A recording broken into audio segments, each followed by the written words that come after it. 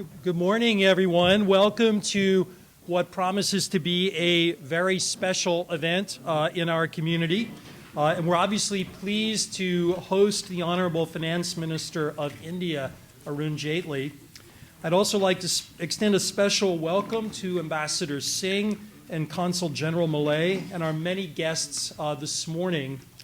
Today's event is really part of the India Business Initiative at Columbia Business School that tries to build bridges between the business community in India and the business community in the United States, and also student exchanges between India and the United States. Under the leadership of my colleague Suresh Sundaresan, this initiative has already made amazing progress, and we'll hear about it. The incoming Modi administration in India ushered great excitement around the world about the possibility for business and opportunity in India. Of course, change and policy implementation are difficult. Our guest this morning is leading the charge on the front lines of that initiative. Arun Jaitley is the Minister of Finance for the Government of India, a position he's held since May of 2014. He's a senior advocate in the Supreme Court and a former additional solicitor general of India. He served as the general secretary of the BJP party in 2002 and then again in 2004. And as general secretary, he managed 8 assembly elections, proving victorious for the party. He holds a BCom degree from Sri Ram College of Commerce and an LLB from the University of Delhi, where he is on the law faculty. It's an honor and pleasure for all of us at Columbia to host him here today. Please join me in welcoming the Finance Minister of India, Arun Jaitley.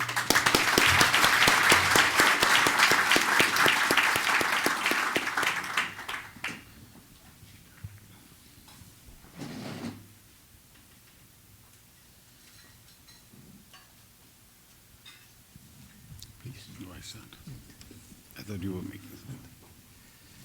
Well, thank you very much for a very kind invitation. I've had an opportunity to be at Columbia on earlier occasions. The last, of course, was only in early March this year, when I happened to meet Professor Dr. Panigria at the airport in New York. And he was surprised to find that I was here, so he insisted that I come to Columbia almost at one day's notice, and we had a very good meeting in the university campus. I recollect he and Professor Bhagwati had invited me about 3 years ago when I was the leader of opposition in the upper house in India at the university campus during a week-long discussion programs that you had on India. And I had an opportunity to be there almost 3 days in a row. So I'm conscious of the fact the amount of interest that Columbia has in Indian affairs and the extent of knowledge about what's going on in India. Well, I've been asked to speak on how do I look back the last 1 year and where we've been at the end of the last 1 year. The last 1 year is important because the government was created by a set of circumstances where popular opinion in India wanted economic activity to gain. In fact, elections in India had normally been guided by various political factors. Alliances, coalitions, personality charismas, caste, background social issues have in the past influenced elections. But 2014 was slightly different from earlier elections because this election was all about governance. And in the circumstances leading up to the 2014 elections, it was governance issues which occupied the central stage. And obviously, when you speak in terms of governance, you visualize decisiveness of the government and the leaders in leading the government, their ability to push the reform program. And there's always been an important issue which frequently emerges, particularly when governments in developing economies are pushing reform programs. How do you balance your economic reform program with the political requirements of staying on in office? 1991, when they started, after the first 1 or 2 years, questions were raised in the then ruling party as to whether they were politically losing out on account of the reform programs. I think we had a similar experience when the first NDA government under Mr. Vajpayee was in power. The popular impression was we ruled well, we governed well, and yet we lost the election. And therefore, all these experiences have taught us one elementary point. Parties which don't govern well are bound to lose. Mere popular slogans now can't make you win. But is good governance in India, a good reform program itself, enough to make you win?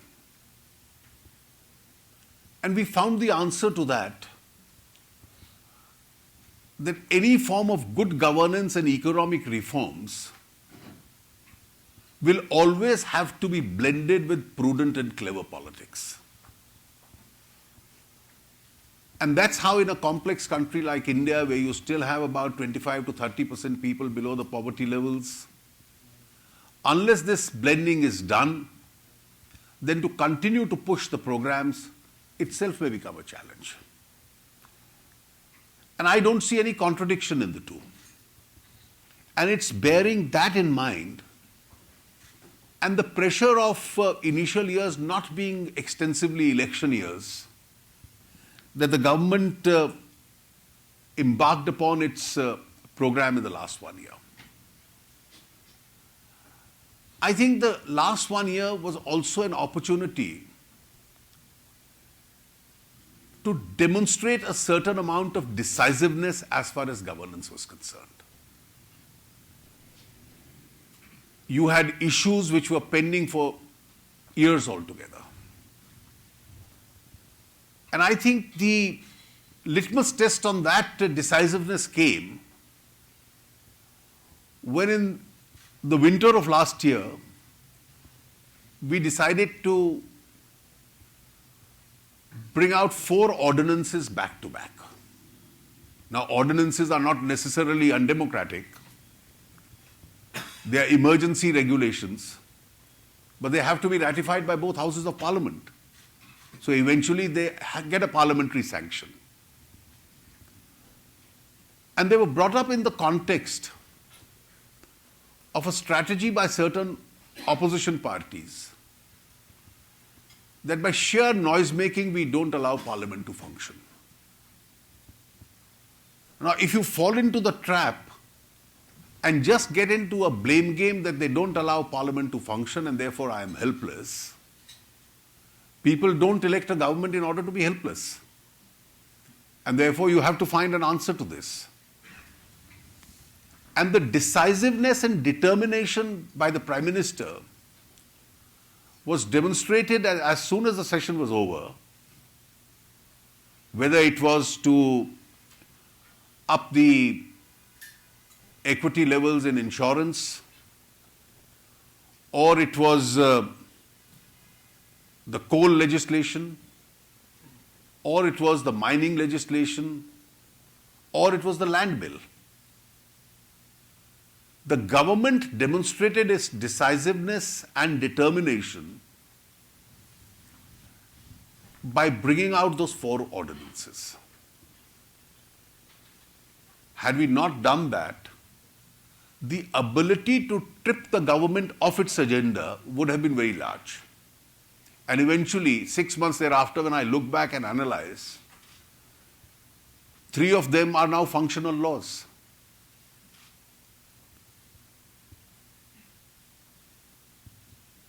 An important visitor, an investor from one of the developed countries came and told me that, you know what sent the wrong signals about India in the last government? I thought he was referring to the retrospective tax. And he said, more important than the retrospective tax is it's taken you 10 years and you haven't been able to decide which way to go about on the insurance.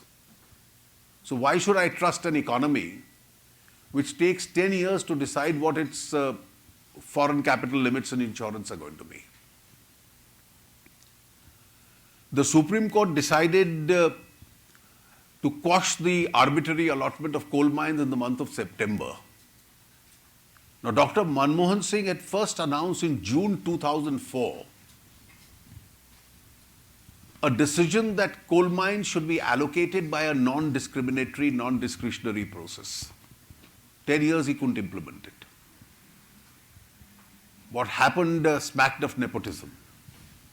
So September 29th, when the Supreme Court quashed the allocations made by the previous government, we could have waited home till the cows came home. We didn't do that. By virtue of the ordinance, we put the things in place. And by the end of January, beginning of February, all the relevant coal blocks had been allocated. In February, the law had been approved. In February, the insurance law had been approved. And not only that, we also had approved the mining law. And in the mining law, we not only provided for a market mechanism to determine, but also brought in a provision with regard to commercial mining, because it's not necessary that the consumer industries would be specialized industries in terms of minings. And therefore, those who are competent miners would do their job and then make the mineral available to the people who are involved as the end users of the mining industry. So as I speak to you today, 3 out of those 4 became laws. The 4th, the land law, which of course has to be highly contested, realizing the political implications of it, is in the process. It's now, we've tried various formulations. It's now before the select committee, a joint select committee. A joint select committee necessarily means that it doesn't have to go to a select committee of any single house of parliament. Hopefully when it comes up its recommendation, both houses will get an opportunity to discuss it. If they agree, fair enough. If they don't agree, then the constitutional mechanism itself will take over. One has to keep in mind that a large number of governmental decisions don't necessarily have to go through legislations. An overwhelming large amount of decision making with regard to the economy takes place through executive decisions. Those executive decisions can be a subject matter of parliamentary discussions. It's not necessary that, for instance, the hiking in the FDIs of defense, real estate, medical equipment. Now, these are all areas which the government is competent to decide as a part of its executive policy. Parliament can discuss it, but Parliament doesn't necessarily vote upon it. Now, we took a decision 2 weeks ago, which I think is going to have a huge impact, where we equated the OIC, that's the Overseas Indians investment, to an NRI investment.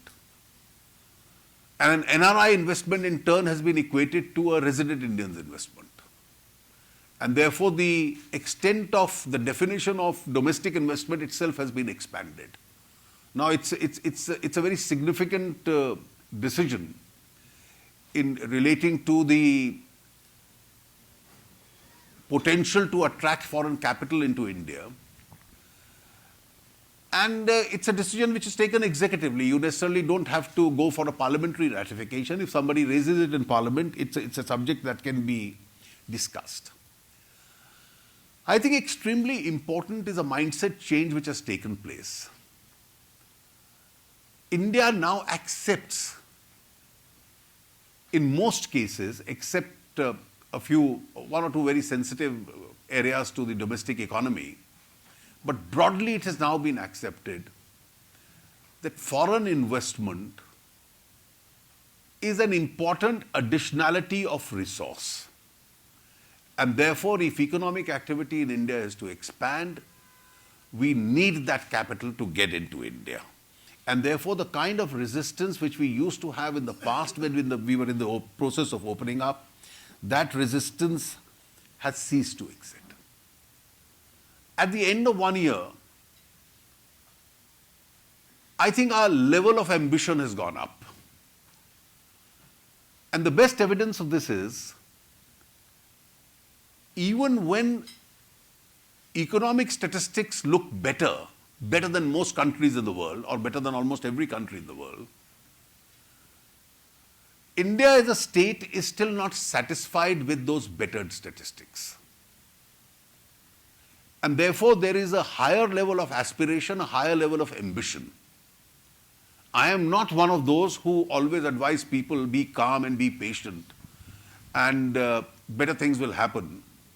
I think we must continue to have those higher levels of ambition. So last year when we ended the year at a 7.3% growth rate, it's considered now modest by Indian standards. Our fiscal deficits are under control. Our current account deficit last quarter was only 0.2%. We ended the year at 1.3%, which is fairly acceptable considering we reached 6.2 at one stage. And various other parameters, inflation is broadly under control. And I think with all these statistics, economic agenda has started occupying an important center stage of Indian political discussions. And therefore, if you discussed it with most people, the monsoon or the lack of monsoon and its impact on the economy would be a key subject of any political discussion today. It will also be a subject matter of a drawing room discussion today. And therefore, mind space is being increasingly occupied by these factors. There are several decisions which I mentioned just now, which had to be taken outside legislation, which were not difficult. And for want of confidence in governance, which were held up, I think once you start taking the decisions, they are not even a one-day controversy. For how long was the decision with regard to fixation of gas prices pending in India? It's nothing so sacrosanct that the government must spend 2 years, the Supreme Court must interfere, the Election Commission during elections must interfere.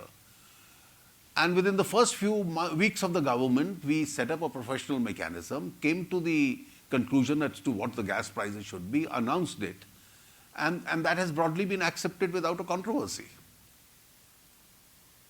We lowered the prices which the earlier government had fixed. It didn't create any ripples in the market. Petrol had already been linked to the market prices by the last government. One of the very significant reforms which has taken place in India and which has erstwhile been a subject matter only of discussions, and people thought it would never be achievable, particularly in a developing economy with a lot of people below poverty levels, is how do you rationalize subsidies? Or is rationalization of subsidies only a slogan? Is it actually going to happen? Now, if you look at the bill 2 years ago and the bill last year and the bill this year, there's a world of a difference. From an all-time high of 1,40,000 crores spent 2 years ago, we are down to less than 1/3 of that figure this year. Petrol got linked to the market, diesel got linked to the market, so there is no subsidy. The LPG, the cooking gas in India, is now on a direct benefit transfer. We haven't had too many people who don't deserve subsidies surrendering their connections. That campaign is still on. But all the duplicate connections are off. as a result of which we've had a huge saving on that. I've only last week cleared a file where we've requested the Petroleum Ministry to start implementing the same with regard to kerosene. And even without its implementation on kerosene, the figures are down to less than 1/3. And if we are to apply it to the other two critical areas of subsidies, the fertilizer and the food is a statutory right. So what is statutory will have to be dealt with differently. I think our ability to curtail the expenditure on subsidies which were not the deserving subsidies, and therefore its impact on India's fiscal deficit, and our ability to withdraw money from those areas and spend it on infrastructure, spend it on irrigation, I think is clearly emboldened at this stage. An important challenge always has been the challenge of easing our processes in doing business. I must concede that we've had not a very glorious history in that regard. And therefore, in the very first session of Parliament when this government was formed, while explaining the philosophy of the government, I had clearly said that I have never seen a contradiction between being pro-business and pro-poor. It's not a choice between two alternatives. Because if you get into the mistake of a choice between these two alternatives, then in order to demonstrate yourself as pro-poor, something like what Mrs. Indira Gandhi did in 1971, is you don't concentrate on productivity. India's industrial production didn't pick up. India's agricultural production didn't pick up. Our inflation under Mrs. Gandhi was as high as 28% during the emergency. But then by just saying, let's redistribute the existing resources and concentrate on that, we didn't help the Indian economy. And that's why 1970s is what I always regard as the wasted decade of Indian economy.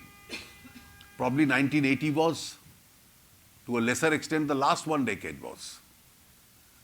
And therefore, in order to make sure that the governments, through its business-friendly approach, are able to improve upon the developmental indexes, increase economic activity, which is probably the best solution to reducing poverty, and then allow the benefits of that growth process not merely to percolate down to the poor people, but use the enrichment of the state for poverty alleviation schemes. And it's with that philosophy, and that's when I said that reforms must be accompanied with prudent politics, that rather than just distribute some money or remove the bank loans during the election year, a measure which will never help the economy in the long run, we've come out with sustainable social security programs. And I can tell you some of those programs are going to be highly and extremely popular. Our financial inclusion program is probably the largest ever in the world. In a period of 3 months, we were able to bring in that 42% of India which was outside the banking system substantially into the banking system. 155 million accounts were opened. Our Mudra Bank initiative, in fact, job creation in India is not by big industry. It's the medium, the small and the micro units which have created, and there are 57 million of them, 5 crore 77 lakh small units which have created 110 million jobs, 11 crore jobs in India. And therefore, these are unfunded segments of the Indian economy. It is this unfunded which had to be funded, so we've created the agency, the Mudra agency, which will now become a Mudra bank, whose principal job will be that these small and micro level businesses in India have to be supported, because that's where the job creation is coming up. That's a part of our social commitment. And we are using the economic policy towards that commitment. Now, once these 155 million people got access to a bank, 75% of them didn't have money to put into the bank. And therefore, all government supports, from widow pension to old age pension to scholarships to the cooking gas subsidies, the cooking gas subsidy in a period of 3 months, by use of technology, is now sending money into 125 million accounts. So most of these accounts are being now funded with state support. That is, as a result of which, the cooking gas subsidy initially went to about 180 million people. By just using technology, we've been able to cut out about 5 to 6 crore duplicate accounts out of this, and that's the saving in the subsidy which we've been able to make of a substantial nature. We've then expanded this program to insurances and pensions. Only 20% of India is insured. The insurance penetration is only 20% of India. And therefore, to expand this, we've come out with some innovative schemes, some of them with governmental support.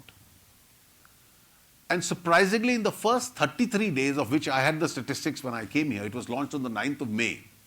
So till the 13th of June, a very attractive insurance scheme for poor people, in cases of accident, in cases of death, the life insurance and the accident insurance, over 110 million people in 33 days had subscribed to those insurances. Now that's a fairly sustainable model than just distributing some money during the election year and forgetting about it, because that's money which goes down and doesn't really impact on a long-term sustained basis. Our pension penetration, in only 11% of India is pensioned. And therefore, all the pension schemes and the tax incentives which we've given, plus the government pension scheme, is now covering a few more lakh people. That scheme is still to become as popular as the insurance schemes, but that's how we are blending it. And currently, I'm working on 2 more important areas, considering the plight of India's agriculture, on a crop insurance, one comprehensive crop insurance. As also, we've had discussions with the Finance Ministry and detailed presentations to that effect. And another one for the healthcare of senior citizens below a certain income level. Now, these are far more sustainable models of social security, and therefore, along with the reform program, we are actively working on it. Now, easing business processes is extremely necessary.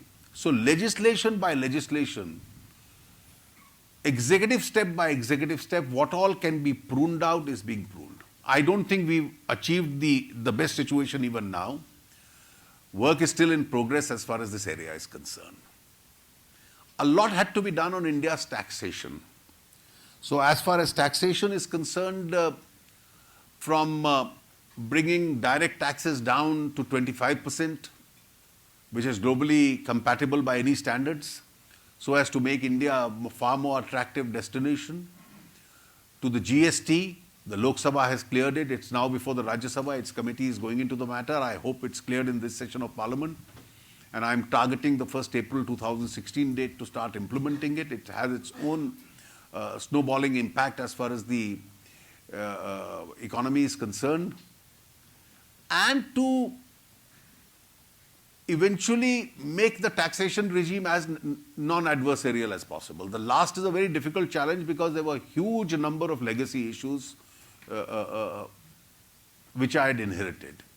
Now, one by one, to put each one of those and put a quietus to them is a fairly challenging task, and we are actively working as far as that area is concerned. The land bill, I think, is a very important piece of legislation. Not merely because the industry needs land. I don't think left alone Indian industrialists would say, I'm willing to pay 4 times the amount of land value in order to buy land for industry. They probably will go and directly negotiate with farmers. The land bill is necessary in the interest of India's rural areas. It's necessary in the interest of India's rural areas because you need land for rural infrastructure. You need land for rural housing, you need land for affordable housing, you need land for irrigation, you need land for rural roads, for rural electrification schemes. In fact,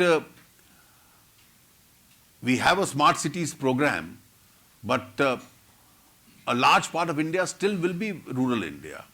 And therefore, at the end of the day, the object has to be to generate rural employment and to give a quality of life to people in the rural areas, which is as close to urban life. So they have to have those urban-like facilities, if not entirely those facilities, as far as the rural areas are concerned. Now, without land being available for that infrastructure, India's rural areas would continue to live in the kind of life that they are living today. Additionally, we will need industrial corridors passing through rural areas in order to generate alternative employment for the youth of rural areas. 300 million people in rural areas are without land. They are landless. They are only labor in the land. Agricultural land owning families also suffer from underemployment because more than one unit of the family is dependent on small uneconomical holdings. And therefore, alternative job creation there is absolutely necessary. And therefore, those who pretend to be helping the farmer, in fact, by their uninformed opposition to the bill, end up hurting the interest as far as rural India is concerned. I think on one hand, I see the capacity of India to grow at a faster pace and therefore a legitimate amount of restlessness that we must move faster, decisions must be faster, implementation must be faster, the ground impact must be faster. At the same time, we see in many areas there is a lot of enthusiasm. There is an enthusiasm almost in every program that the government has launched. The Clean India campaign, the Swachh Bharat, is hardly a government program today. It's been adopted by the people in the country itself. So from schools to colleges to corporates to NGOs and various social organizations, it's now on way to becoming a way of life itself. And I think this holds true of almost every other campaign which the government and the Indian society seems to be promoting. 2 days from now, when the International Yoga Day is celebrated globally as a part of the United Nations celebrations, we are expecting 192 countries, almost in city after city all over the world, large programs. And this shows the renewed amount of confidence which Indians, whether in India or outside, are now acquiring. I think it's extremely important in this context to also understand the impact and the power of the diaspora. And this obviously is clearly visible whenever Prime Minister Modi visits any country in the world. It's almost unprecedented. We see the kind of response that he gets from the Indian diaspora itself. So there is a huge amount of enthusiasm amongst Indians and people of Indian origin. There's a determination to go ahead with the reform process. Just a last word on how do I see the road ahead. I personally do believe that India's growth potential is much higher than the present 7.5%. I think there is a lot of scope in improvement as far as manufacturing is concerned. It's turning around. Last year's data was slightly better. The first 2 months of this year, at least the preliminary indications we've got, things are moving up. But this is an area with a lot of investment into infrastructure, a lot of international and domestic investment coming in, making our economy more competitive. We can grow.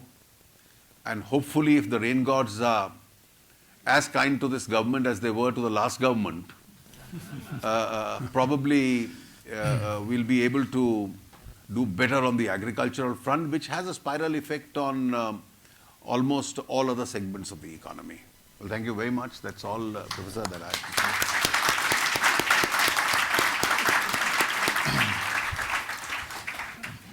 say. Thank you very much, Minister, for your perspectives.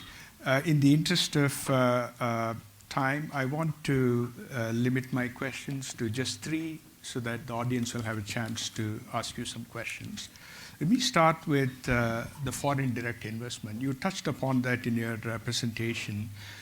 Your government has opened up sectors such as railways, defense, construction, and insurance to foreign direct investment. And big projects like smart cities and high-speed trains and industrial corridors. Can you give us a sense of the actual flow of foreign direct investment into these areas? And as a related matter, foreign direct investors often look for a predictable tax policy. In light of some of the legacy issues that you mentioned in your presentation, what are some of the initiatives that are being taken to address this? You see, there is certainly an improvement as far as the investment is concerned. Last year, the foreign direct investment overall went up by about 39%.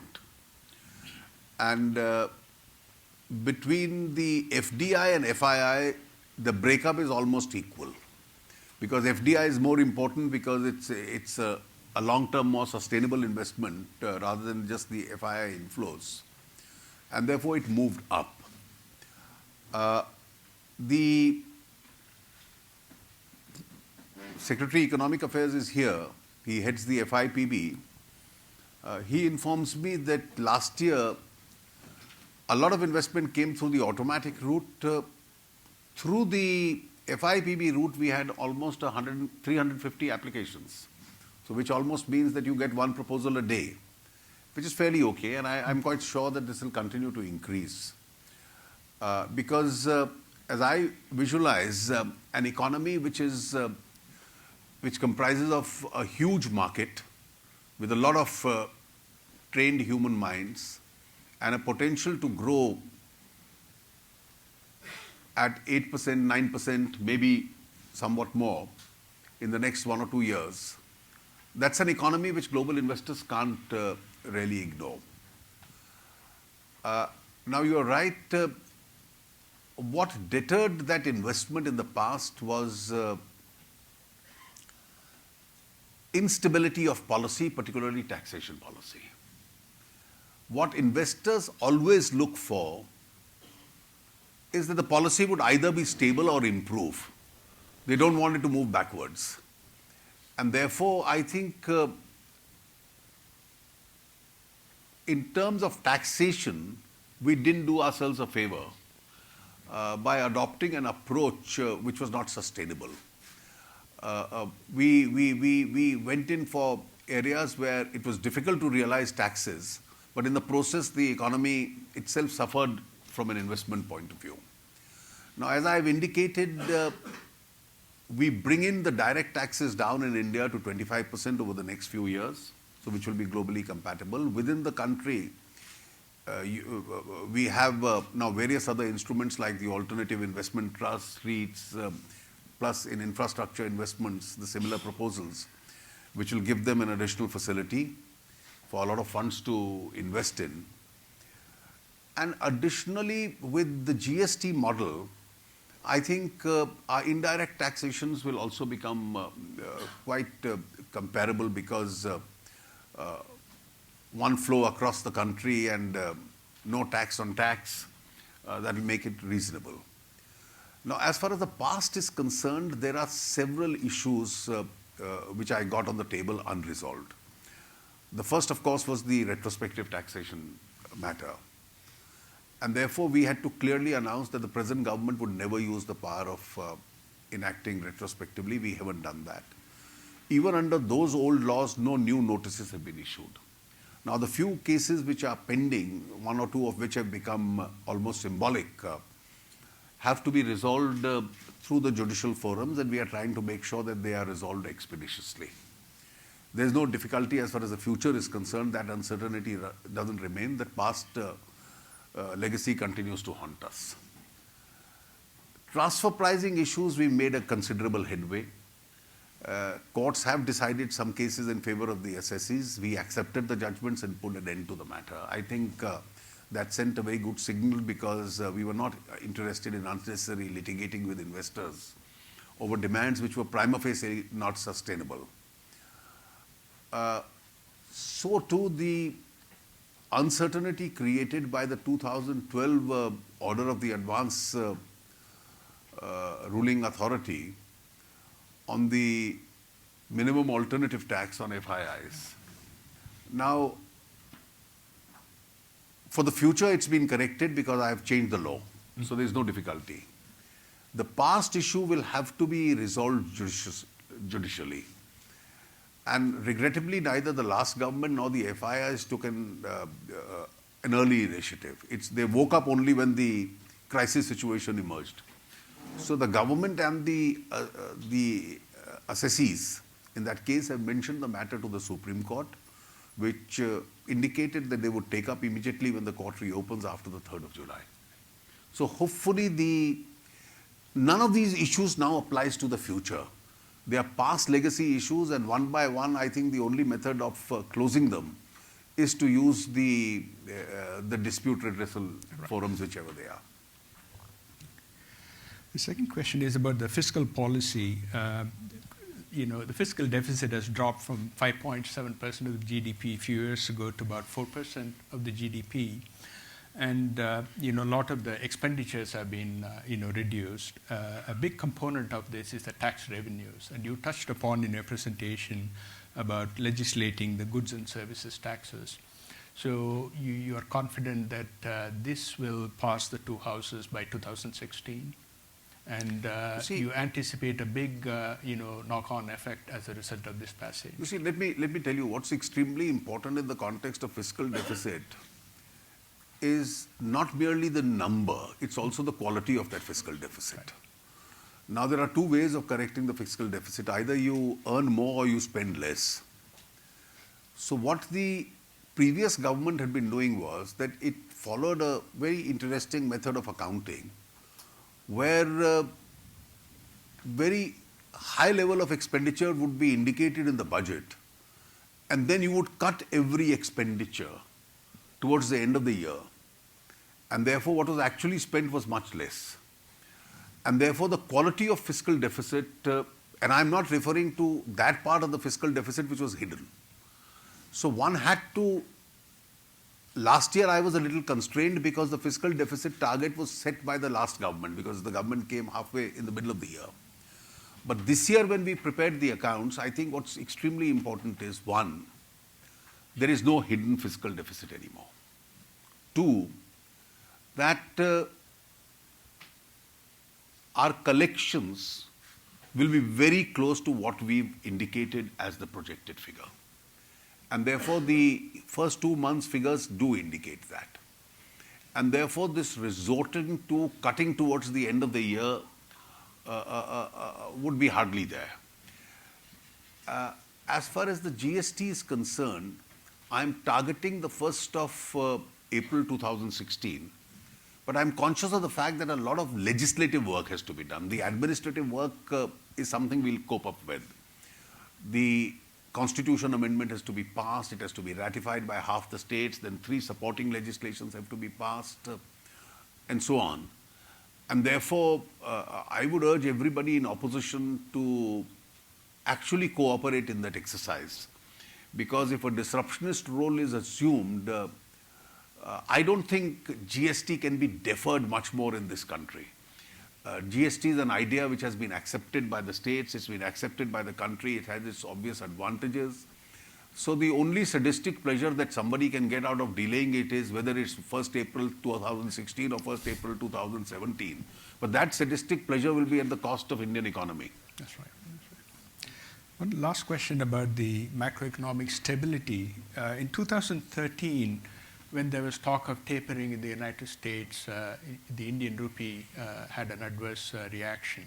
And as you commented in your presentation, now the current account deficit has dropped, the fiscal situation is a lot better, we have more reserves. But the question is, Indian companies seem to have resorted to a lot of external commercial borrowing, which are dollar denominated. How resilient do you think India is at this point to any global monetary policy changes or global I think it's a recession? mix of both. Yeah. Any form of easing in the US will certainly have an impact. But are we better prepared than what we were 3 years ago? Probably we are.